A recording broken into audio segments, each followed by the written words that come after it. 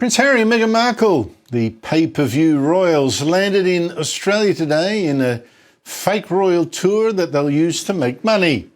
A 4-day tour that they started in Melbourne at the Royal Children's Hospital to cure the sick with their presence. And they seemed popular enough, to be fair. The Duchess of Sussex then visited a women's refuge in Melbourne where she served plates of frittata. Now, that's the bit of the tour where they act as if they're still royals on a royal tour, but Prince Harry will later this week give a keynote speech at the Interreg Psychosocial Safety Summit for people paying between $1,000 a ticket up to $2,400. It's unknown if that includes a little payment for the prince. I don't know. But Markle's appearance on Friday at a girls' weekend wellness retreat at the Intercontinental Coogee Beach sure will involve an exchange of cash. It's a moneymaker for her, with a promoter charging guests up to $3,200, which gets them a group table photograph with Markle, among other goodies, including yoga, sound healing, whatever that is, and a disco. Joining me from London is Talk TV host Samara Gill. Samara, great to see you again. Harry and Meghan, they're truly now professional victims, right? Paid to tell of their woes, paid good money, and, lecture on mental health. But this fake royal tour is making news in Britain as well. What's the interest there?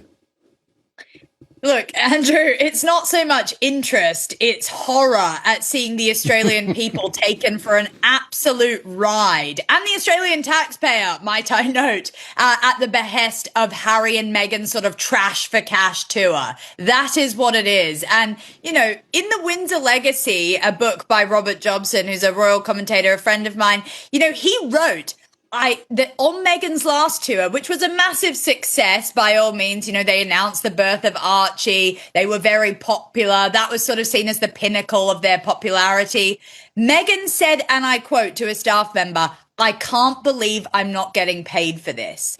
So that just shows the craven way that she thinks about Australia and Australians as if there's some sort of cash cow that she can drain dry because her other businesses are not doing well. And Harry as well, his tour, it's like he's talking about workplace, basically how to feel good in the workplace, which is a bit weird for someone who has a bully as a wife, or someone who's at least allegedly reported to have bullied many staff members, one into therapy. And no wonder that tour also hasn't sold out. I think that's happening in Melbourne. But I think it's just sickening, Andrew, to see them go to the Royal Children's Hospital and use other people's children to exploit and lift up their own profile when they won't even show us the faces of their own. I'm just not liking the way this tour is going.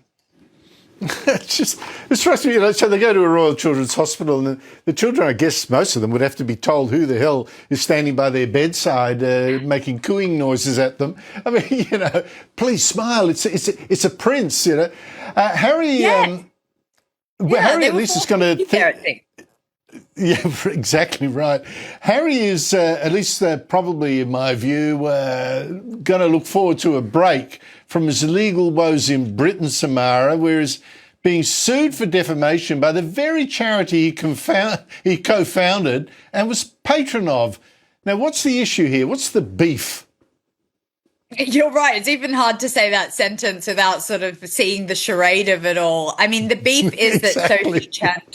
that Sophie Chandorka, who is a really intelligent, very strong, professional black lady who is what, Harry and Meghan always try to lift up. It seems that, that now Harry is getting a taste of his own medicine and being sued for libel against that charity and for slandering them in some sort of way. So I think it is really, really messy what Harry and Meghan are getting themselves into. Niall Gardiner from the Heritage Foundation wrote a really good article in the Telegraph about the fact that this is now rock bottom for them. They are trying to scrimp and save. And it was the Queen's sort of last wish not to see them do this pseudo-royal gig economy type of tour where it's 1 foot in, it's 1 foot out. They're doing 4 days in Australia and then they'll go back to their Montecito mansion and try and make money. I think the whole legacy is forever tarnished. And what we can really see is that they are a completely toxic brand.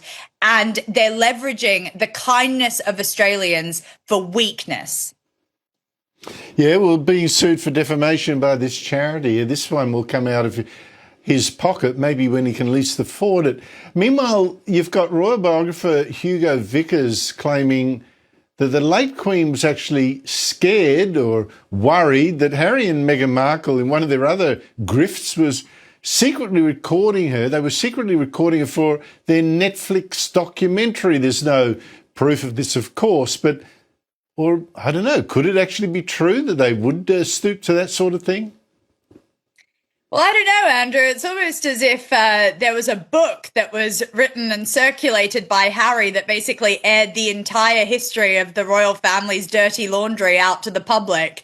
That is something Harry did do. And I think after that, he could never be trusted. And the Queen knew her stuff. She knew that after Meghan entered the picture, there was no trusting what Harry and Meghan would take, what they would give to the media, and what they would then spin. And you can even see that from the recent trip that Harry took where he met his father for 45 minutes, and he actually was requested to go through the visitor entrance at Clarence House where you have to be security checked for example, listening devices. So that relationship will never be the same again after Spare and the Oprah interview. And I think Hugo Vickers is onto something. And of course, I believe that I read reports that the King wouldn't see Harry without a witness present for fear of what might be reported back or claimed in reports back. Absolutely. And I think it's a really dire situation. You know, he does lean on Camilla for counsel in this sort of way when it comes to Harry, because you can see that they have absolutely nothing left to share with the public about how hard done by they've been by the royal family, and they need more content. They have run out of it. And I think that's a really dangerous position for the royal family to then be in if they were to extend that olive branch to them. And I think they know that. They're smarter than to fall for the tricks of Harry and Meghan. Well, I think the boot might be on the other foot. I think some of the women lashing out $3,000 to sit with Meghan Markle at a table at this wellness retreat and dish the dirt with the girls probably can earn that back by giving interviews afterwards of what was really said. I suspect that may be on the cards. Samara Gill, always great to talk to you. Thank you so much for your time.